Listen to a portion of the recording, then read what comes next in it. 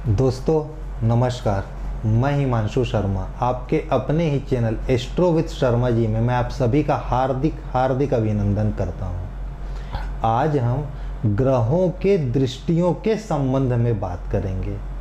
देखिए, ग्रह जहां पर होते हैं वहां पर तो वे अपना परिणाम देते ही हैं। उसके अलावा वह जिस भी राशि में बैठेंगे, कुंडली के जिस भी भाव में बैठेंगे, उससे ठीक 7वें नंबर के भाव में भी वह अपना परिणाम दिखाते हैं। यदि वह शुभ होंगे तो शुभ और अशुभ होंगे तो अशुभ परिणाम हमें परिलक्षित होता है। देखिए, सूर्य देव को एक दृष्टि प्राप्त है, वो है 7वीं दृष्टि। चंद्रदेव, शुक्र देव और बुध देव, 4 ऐसे ग्रह हैं जिन्हें एक एक दृष्टियां प्राप्त है। मतलब सूर्य देव यदि यहाँ पर बैठेंगे तो एक तो यहाँ पर वो अपना प्रभाव छोड़ेंगे, वो यहाँ पर तृतीय भाव के मालिक होंगे तो तृतीयेश होने का वो प्रभाव यहाँ पर छोड़ेंगे। ये हो गई सबसे पहली बात। उसके अलावा चूंकि उनको एक और दृष्टि प्राप्त है जो है 7वीं नंबर की दृष्टि। सूर्य, चंद्र, शुक्र और बुध, ये 4 ऐसे ग्रह हैं जिन्हें एक एक और दृष्टियां प्राप्त है। तो सूर्य देव तृतीयेश होने का परिणाम एक तो अपने लग्न में देंगे, नंबर 2 विवाह के भाव में देंगे, ठीक है, इस 7वें भाव में देंगे जहां वो बैठेंगे उससे 7वें। यदि सूर्य देव यहाँ पर बैठते हैं तो एक प्रभाव यहाँ पर देंगे और दूसरा प्रभाव यहाँ पर। यदि कुंडली में उनका पोजीशन शुभ हुआ, यदि वो योग कारक ग्रह हुए तो योग से संबंधित अच्छी चीजें, अच्छा परिणाम दिखाई देगा। यदि वो अयोग कारक हुए तो कुछ बुरे प्रभाव हमारे सामने आते हैं। इसी प्रकार से चंद्र, शुक्र और बुध, 2 मिनट के लिए मान लेते हैं कि बुध देव यदि यहाँ पर प्लेसमेंट है उनका, यदि वो यहाँ पर कुंडली में बैठे हुए हैं तो यहाँ परिणाम देंगे और साथ ही साथ इस जगह में भी।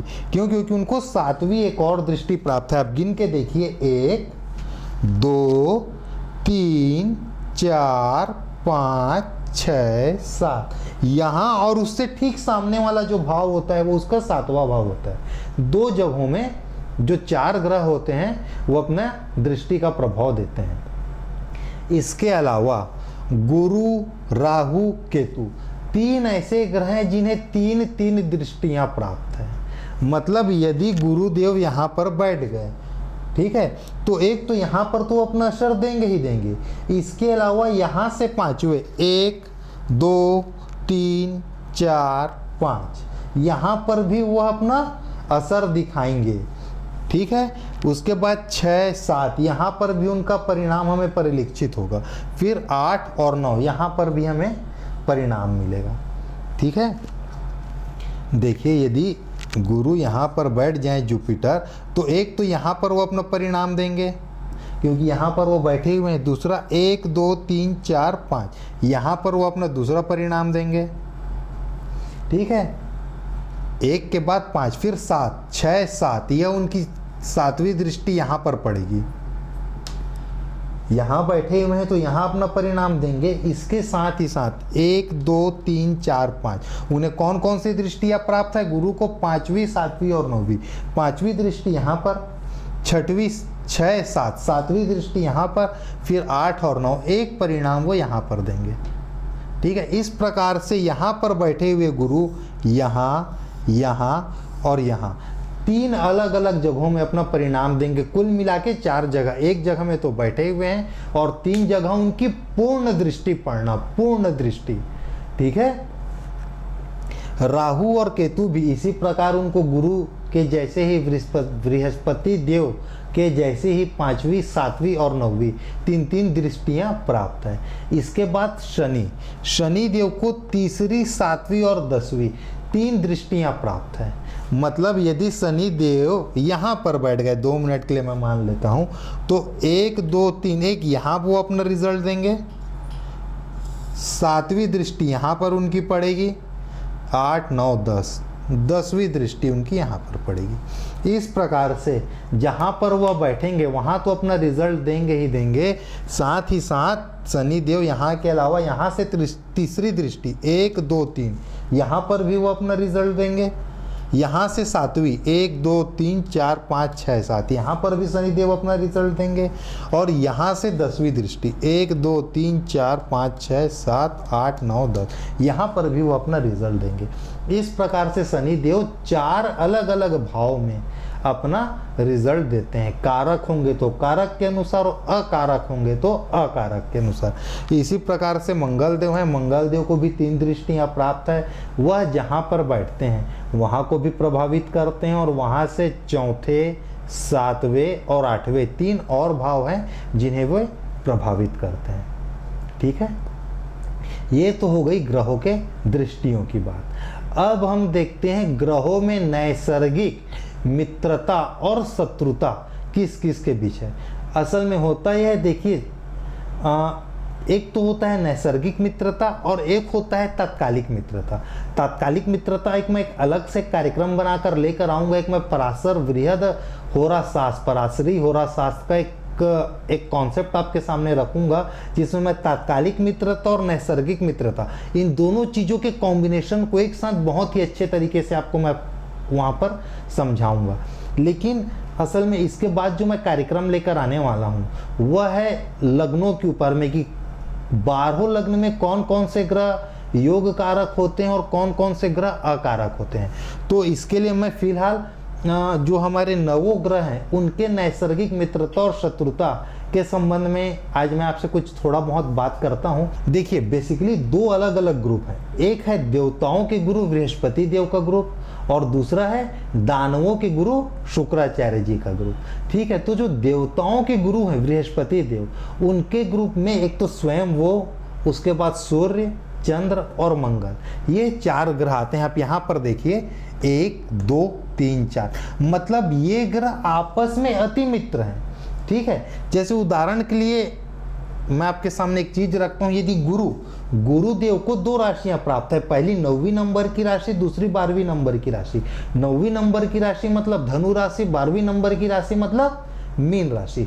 ठीक है, तो गुरु जो है बृहस्पति देव जो है अपनी स्वयं की राशि में बैठेंगे तब तो वो अच्छा प्रभाव देंगे ही देंगे। उसके साथ ही साथ 2 मिनट के लिए मान लेते हैं कि किसी व्यक्ति की कुंडली में गुरु अपने स्व राशि में नहीं बैठे हैं, तो हम ये देखेंगे वो मित्र की राशि में बैठे हैं कि शत्रु की राशि में बैठे हैं। तो गुरु यदि अपनी स्वयं की राशि में ना बैठ के कहीं ना कहीं चंद्र के या सूर्य के राशि में बैठेंगे तो हमें कंपैरेटिव अच्छा ही परिणाम मिलेगा, फिर भी बजाय शनि बुध या शुक्र की राशि में बैठने के। ठीक है, क्योंकि इन लोग नैसर्गिक, ये लोग नैसर्गिक आपस में मित्र हैं। और ये जो दूसरा ग्रुप है ये ग्रुप आपस में नैसर्गिक अति मित्र है। शुक्र, शनि, बुध, राहु, केतु, ये लोग आपस में नैसर्गिक रूप से मित्र हैं। कहने का ये मतलब है कि शुक्र देव यदि बुध की राशि में बैठे या शुक्र की राशि में बैठे, अपनी राशि में बैठेंगे तब तो अच्छा प्रभाव देंगे ही। शनि देव को 2 राशियों का स्वामित्व प्राप्त है, एक है मकर, एक है कुंभ, 10वीं राशि और 11वीं राशि, 2 राशियों का स्वामित्व है शनि देव के पास। यदि वो किसी जातक की कुंडली में अपनी स्वयं की राशि में नहीं बैठे हैं तो फिर हमें क्या देखना पड़ेगा, अरे वो अपने नैसर्गिक मित्र की राशि में बैठे हुए हैं या शत्रु की राशि में। ठीक है, अब शनि यदि अपनी स्वयं की राशि में नहीं बैठे हैं तो ये कहीं ना कहीं पर अच्छा है कि वो बुध की राशि में या शुक्र की राशि में बैठे हैं बजाय सूर्य की राशि में बैठने के। क्यों? क्योंकि इन लोग आपस में नैसर्गिक रूप से मित्र हैं। ठीक है, अच्छा, अब देखिए यह ग्रुप आपस में अति मित्र है, यह ग्रुप आपस में अति मित्र है। इसके अलावा ये दोनों ग्रुप आपस में, यह समूह और यह समूह, ये जो 2 समूह है ये आपस में या तो शत्रुता रखते हैं या सम संबंध रखते हैं, लेकिन बहुत अच्छी मित्रता नहीं है। नैसर्गिक रूप से ये लोग आपस में मित्र नहीं है। ये जो पहला समूह है और यह जो दूसरा समूह है, मैं 2 मिनट के लिए काम करता हूँ। इस समूह का नाम दे देता हूँ A और इस समूह का नाम दे देता हूँ B।